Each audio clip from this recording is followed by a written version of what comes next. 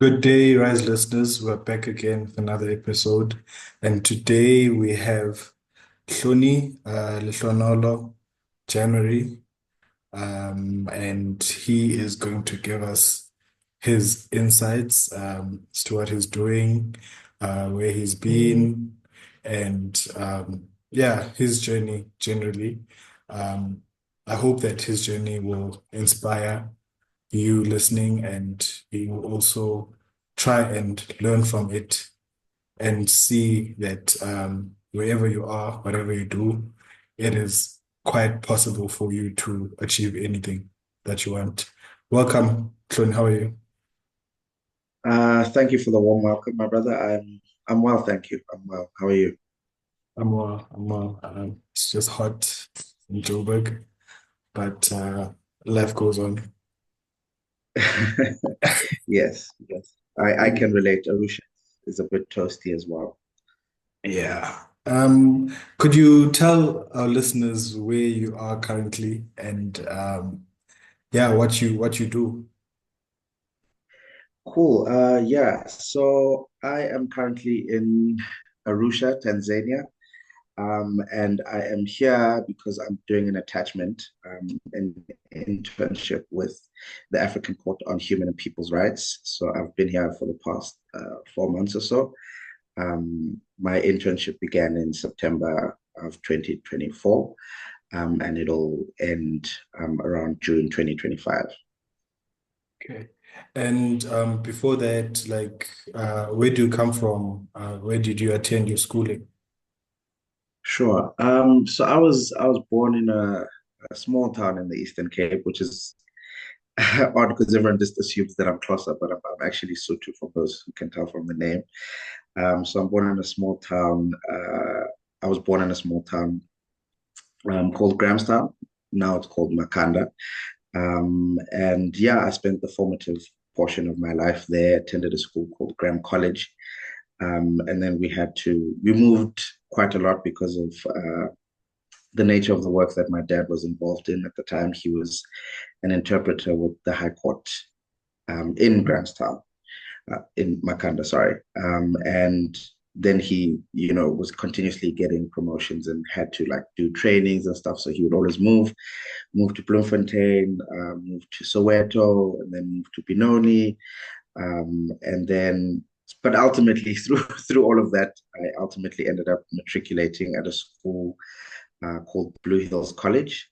It's in Midrand, and that's where I attended grade 10 to 12 before going to UWC. Oh yeah, Clone is from UWC, so yeah, UWC Yes. community.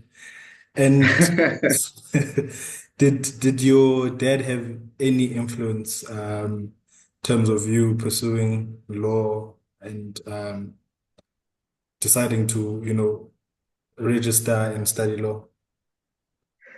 So yeah, yes. The straight answer to that is yes, but not in a very aggressive sort of you're going to study law and this is what I want you to study. But it was a very it was a very soft approach. And I always like joke when people ask me like what motivated me to study law was that it was sort of taught or inculcated into me in that you will end up being a lawyer, you'll end up being a judge.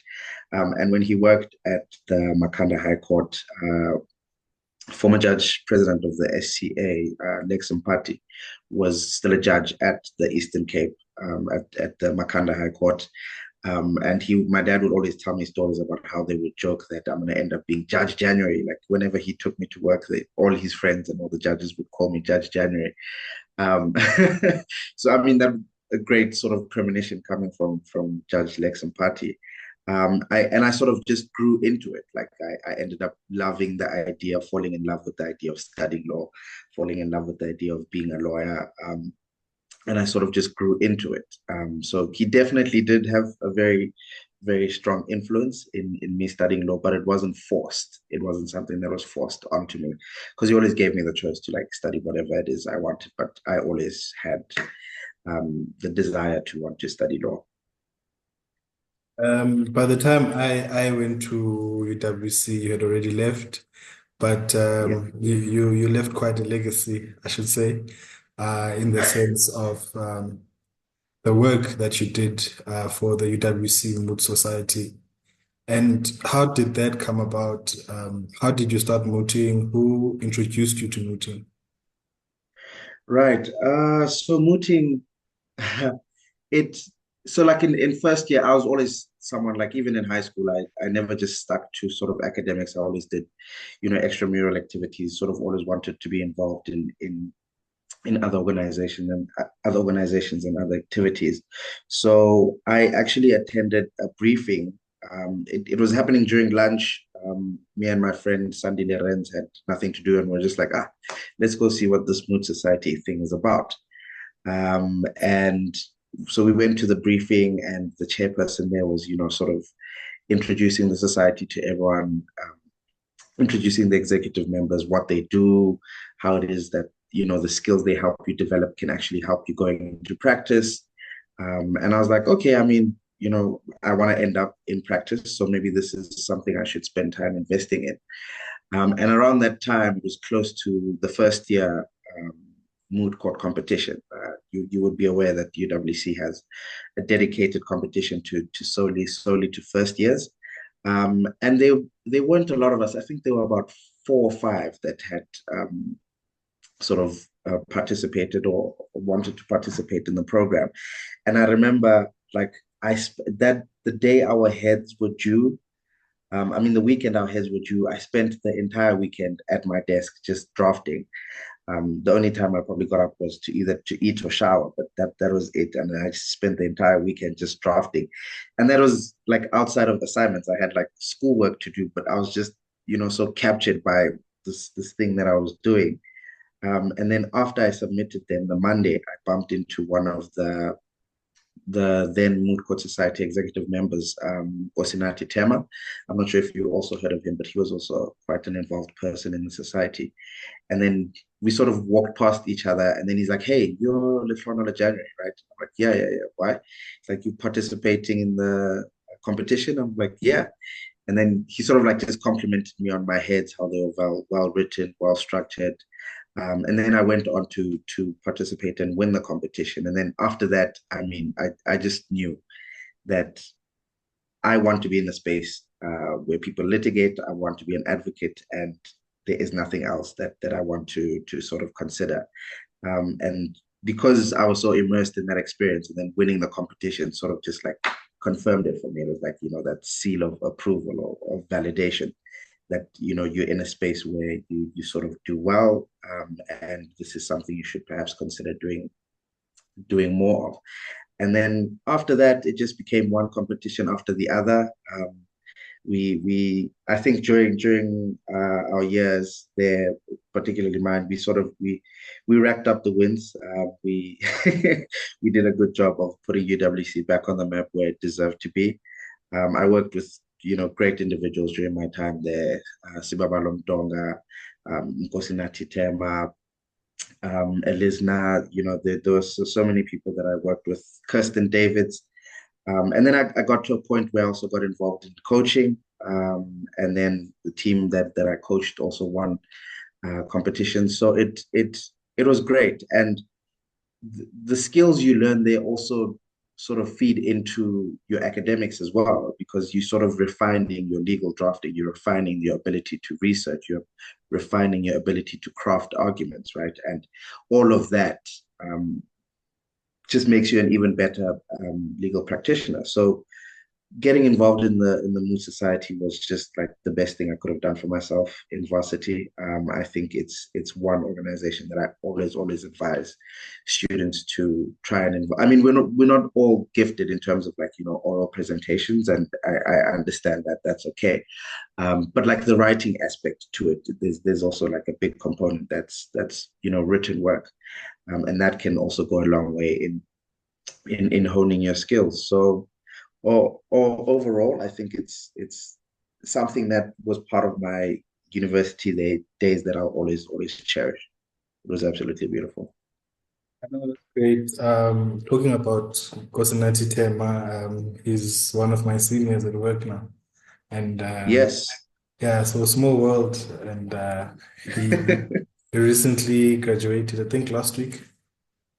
And Yes, from your masters. Yeah. yeah, for his master's. And you bring a very important point to say that investing in extra curricular activities such as mooting does actually, feed into other facets of your life. You can't just be one-sided in the sense of, as a student, you're just focusing on your studies. You need to try and Yeah. get other things, rolling, Yeah. and that does help you.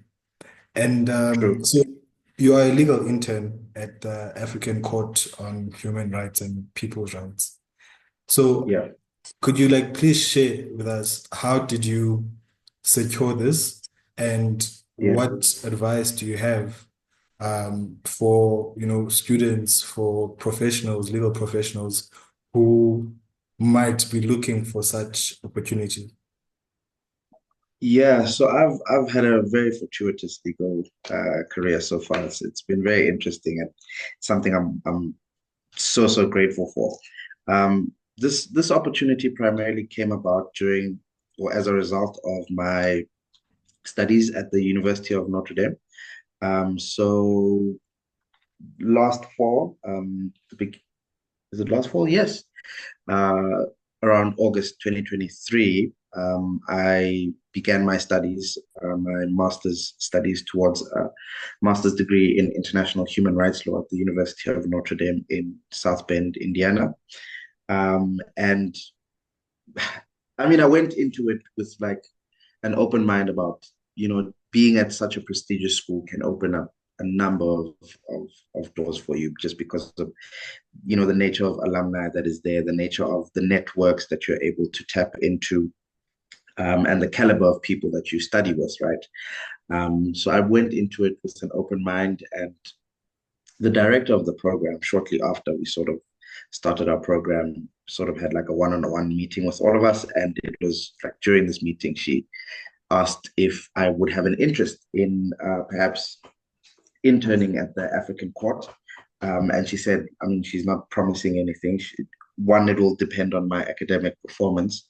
And two, if there is a desire, she's going to open up, the possibility of anyone going. But she thinks that based on my experience at the time, based on my interests, she thought that I would be a perfect fit. And then I think it helped the fact that I got an A in her class sort of helped because when the summer came around at the beginning of the year, we had another meeting and she was like, "Hey, if you're still interested, by all means, this opportunity is yours, and we'll put the puzzle pieces together to make sure that we make it happen." So from there, I sort of just worked towards refining my knowledge and my skills regarding the court, what to anticipate, how it works, its mandate, and then yeah, I was nominated and approved by the committee, the selection committee, and then I ended up here. So I mean that is sort of a very fortuitous way to come into an opportunity such as this. But there are other ways, like you said, this of having or seeking access to opportunities like this because it's there aren't opportunities that are exclusively reserved for a particular group of people or a particular caliber of people. Anyone who is capable and believes in themselves is able of seeking these opportunities out and making themselves available to sort of take the opportunity up. And one way to do so would be through networking. So, for instance, if I can just make an example, like out before I actually ended up at the University of Notre Dame, um, there was a time when I was at the Constitutional Court, when I was given a tour to a group of people. I was just asked, like, as a last minute thing to give a tour. And I was like, okay, I have a lot of work, but let me just do this. So I did the tour and, I was interacting with everyone. I was trying to be as informative as I could, telling them about the history of the court, the paintings, the significance of particular paintings, the library, how it's structured, what it means. And we're having a very fruitful conversation. It was nice. They were a very engaging group. And then I was expressing my interest at studying towards, a master's in international human rights. Like I had a strong interest of studying human rights. And then lo and behold, one of the people who was giving the tour was the dean to Columbia University, right? And he was like, "Oh, you are serious about doing a master's in this program? Here's my card. Reach out to me, and let's see what we can make happen." And through that, he put me in touch with the director of the program there. And she had like set up a job for me. She had set up like a partial scholarship. I think I got like 70 or 75% scholarship, and she had said that I'll work as a research assistant. So, like, networking through, you can never know who it is you're talking to until, Yeah. you sort of put yourself out there, and then the opportunities will sort of present themselves. But unfortunately, I wasn't able to raise the difference that I needed, the 15% difference that I needed to then go there. And then because I got a full scholarship to Notre Dame, I ended up going there. So it's always just about putting yourself out there, making your interests known, and not being shy about it. I believe in not being shy about what it is you believe you want, and what it is you believe you deserve. Yeah. And being at such I will describe it as a high in your career, going overseas, it's a once in a lifetime opportunity. And one would say you have this keen interest, or you're passionate about international law. And Yeah, I can imagine that the standard is very high, being in such a position. Have you true. ever experienced like imposter syndrome? And how have you navigated through that, because you are someone who's achieved so much. Did you ever experience it? Definitely, definitely. I, sorry, the thought just came to me when I was giving my other answer. I overheard myself. I said Columbia University. Columbia University is a school that I had also applied to, but where I got the partial scholarship was to Georgetown University. Interesting. That was, yeah, the dean of Georgetown is the one that I was interacting with. Um, but back to your question about imposter syndrome, yes, and it,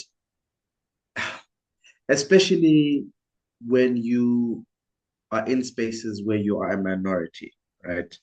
Where you find that there aren't as many people who look like you and who represent, who you are as a person, and represent the sort of life that you have and the life experience that you have. It's easy to be overwhelmed with imposter syndrome. I remember after starting at the Constitutional Court, after clerking there, after like a week or two, like two of my friends and I sort of we're just having a heart-to-heart conversation, and then my one friend sort of opened up about how she's struggling with imposter syndrome, and she feels like she's just constantly overwhelmed by the work, what is demanded of her and what is expected of her, and she's struggling to grapple with the nature of the work itself, and she's having a tough time. And then we sort of all shared our experiences and what it is exactly we were struggling with, and that conversation, or those series of conversations rather, sort of reminded me how to always tell myself that I do not find myself in spaces that I occupy by mistake. So you will never end up working, you'll never end up occupying a particular position by mistake.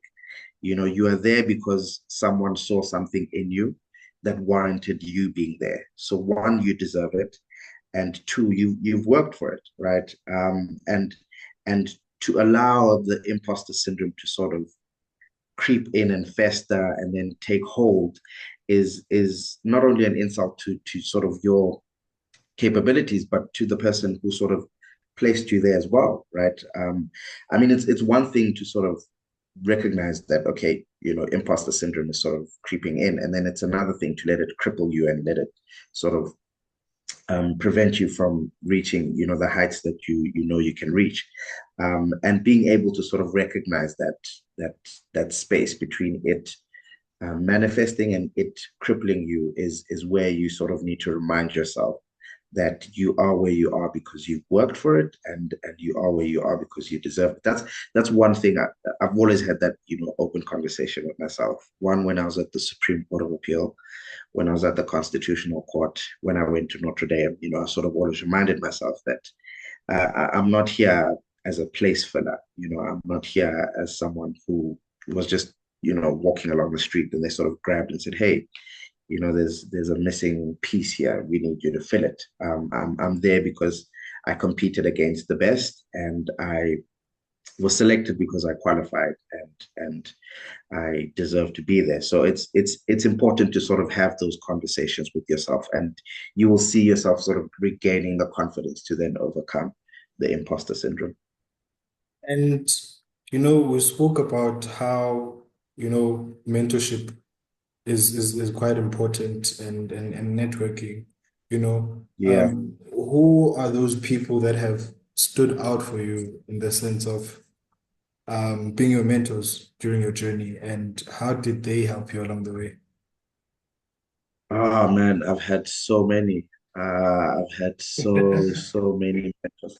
I mean, right from like, high school, I had my English teacher, Ma'am Donga. She was one person who sort of believed in me like wholeheartedly, and she sort of got the ball rolling with regards to what it is I know I am capable of achieving, and how hard I need to work to sort of prove to myself that I'm capable of achieving those things of that nature. So like high school, yeah, it was my English teacher, Ma'am Donga. In university, I had a lecturer that was sort of my de facto mentor, Miss Bernice Valcomet. She's currently at Wits, I believe. And Yeah, excuse me. I'm saying I don't know them. By the time I got there, they Yeah, I probably think yes, I think Miss Valcomet left right after we graduated, or like no, she left with us when we graduated. She also left and then went to Wits. I also had Prof. Van der Bol. I think you might have. She was there for like a year or two. She taught yeah. international law. She has since passed on. Yes, I know her. Yes, yes, she has Yes. passed on. Yeah. Yeah. Prof. Van der Bol was also like a mentor to me. Mr. Well, advocate, Doctor Ibrahim Patel. I mean, Mohammed Patel, sorry. Mohammed Patel. He was also another mentor. Like we would have conversations like every Friday, I'd just pop up by his office and I'm like, hey, man, I'm struggling with X, Y, and Z. And then he would just give me life advice, academic advice. There was also Lindo Gushe Makioli. He's in the political science department, but he also used to run the advanced leaders program that UWC offers for like, a select few candidates who then go through like a series of leadership trainings and sessions. Oh, man. And then, like off life after that, there has been Justice Dambuza, Justice Pete, of course, the judge I clerked for at the Concord, Justice Chikri. Justice Majid has also been a mentor to me, Justice Matopo. Um, yeah, these are all individuals who sort of have contributed to one way or another, have contributed to where it is I am today. And I think the value of mentorship is something that comes with so many opportunities, right? And from both perspectives, from the perspective that you make it as fruitful as You you're want it. responsible for making it as yes, Yeah. you're responsible for making it as fruitful as it can be. Because if you're going to be very relaxed and expect your mentor to sort of, take the reins and lead you and like, request to see you every now and again, you're sort of gonna have a very underwhelming experience, right? But when you're constantly engaged, when you're constantly following up with them, when constantly inquisitive and sort of fishing for that wisdom that they have, fishing for that, you know, experience that they have, it becomes a very, very beautiful relationship. And most often it sort of transcends professionalism, right? You sort of get to know each other socially and on a personal level as well. So it becomes very, very fruitful in that sense. But mentorship is really crucial, especially when early on in your career, because it's the legal profession is can be a very demoralizing space, in the sense that, like we spoke earlier of imposter syndrome. And when you don't have someone who can sort of guide you through things like that, or advise you, you can become overwhelmed by the pressures of the profession. You can become overwhelmed by the expectations, the demands, and it has happened to colleagues. It has happened to colleagues, people we studied with, people we worked with. And but having, that person by your side also just it's it provides a certain value that's difficult to put in words. And talking about how one needs to be the one who takes initiative in advancing their mentorship relationship with their mentor. Um, Yeah, what are things that you think are very valuable? Because sometimes one might say, yo, I don't want to bother this person, or I'm becoming a nuisance. yeah, yeah. How do you, tread carefully in terms of not doing too little and also not doing too much? True. Yeah, I know that's a very important question, because um, you don't want to become a nuisance, right? You don't want to end up becoming a nuisance, because obviously you recognize that this individual also has um, things that they need to do. But I think no one sort of puts themselves, or makes themselves open to mentorship without being alive to the realities of having to set time aside for, whatever it is the needs of the mentee may be, right? So to a certain extent, that individual has already reconciled themselves with, you know the fact that there is, this individual that I am taking on a particular path, right? But you're right in the sense that there is a need to strike a balance between, coming across as perhaps timid, and avoiding to come across as being a nuisance. And one thing that I've sort of learned to do is to create a schedule, right? Um, so, for instance, when I was at the Supreme Court of Appeal, every Friday after lunch. After lunch, but just before like we knock off, I would, Judge Betts and I would always have time set aside to have tea and have conversation. So I'd always go down to his chamber. And naturally, after like 2 or 3 times, he'd be expecting me, right? And if I wouldn't come, he'd sort of send for me and be like, "Okay, are you still coming? Like, what's happening?" So creating a schedule is really, really important, and I think it sort of solidifies the relationship in the sense that that at this particular time, okay, I need to prepare for whatever it is, you and your mentor are discussing, be it maybe they've given you tasks, maybe, you're going through a particular phase in life that you need advice on. You can prepare sort of questions on that. Perhaps you need career advice, you're transitioning from one position to another, and you need advice on how best to handle that transition, whether taking that transition is the best thing to do. So creating that sort of structure and schedule helps advance the relationship, and that's one thing I found, works pretty well.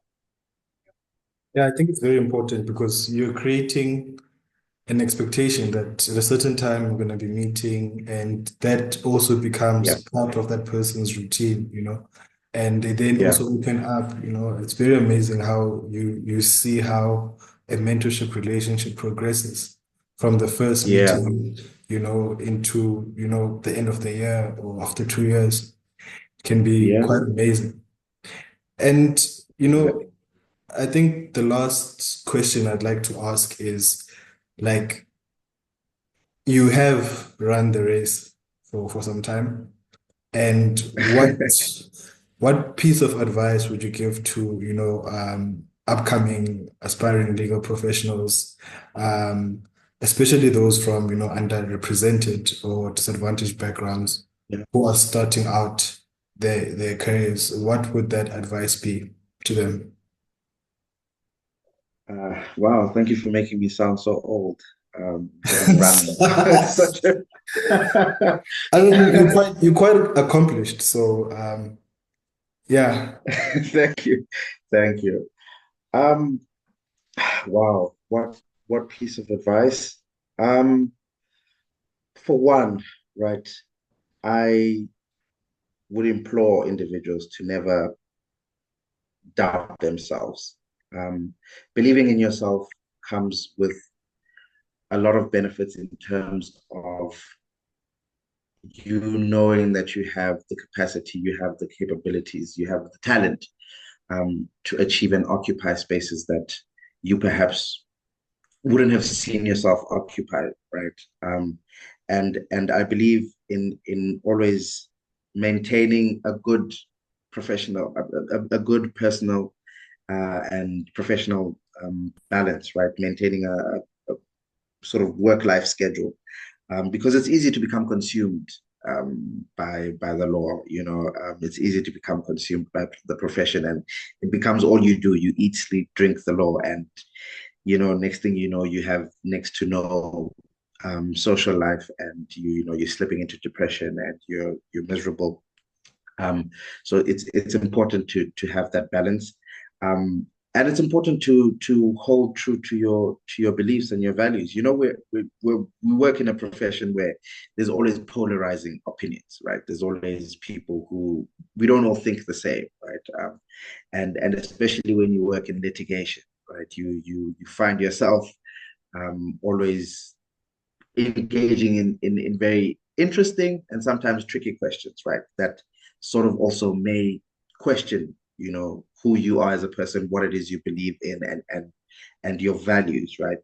And sticking to those values sort of also goes a long way in setting a sort of clear career path for you, and setting out and sort of aligning the nature of the work that you do with what it is you believe in. So maintaining and keeping your values is what I think would also help. And working hard, like nothing beats hard work and preparation. When an opportunity finds you at the point at where you have been grinding, man, it far outshines people who are just naturally talented. You have people who just have the knack for litigation or of being in this profession. But when you're an individual who is disciplined and you're always working hard, um, when the right opportunity finds you, it has the potential to just elevate you to different heights. So working when no one is looking goes a long way. Definitely goes a long way. And that's not just in like a professional setting, also academically when you're in varsity, it's not all in vain. I think back on those nights when I was drafting heads of arguments for competitions, and how it is that has helped me now in my master's studies and in my professional life. You see the impact that it has. So those who are in varsity shouldn't lose hope and think that it's all meaningless. It helps. Thank you so much. I didn't realize that we're actually running out of time. But from my side, Yeah. that's it for now. And I'd like to thank you for honoring our invitation to come onto the podcast. It is through people like you and many others that we are so inspired and we want to do more in our own journeys as well. So from our side, keep shining, keep rising. I'm very excited to see what next you're going to be doing. And I hope you will get back and we can, grab a coffee or a beer or anything. But Yeah. all the best and thank you so much. No, thank you for having me. It's been a pleasure, and definitely we will be meeting up for, depending on the weather. If it's winter, we'll probably go for coffee. If not, Coffee. I'll take you up on that beer. All right. No, I will call you and we will speak. So thanks so much. This is gonna cut anytime. No, no problem. Cheers, man. See you. Thanks. Asante.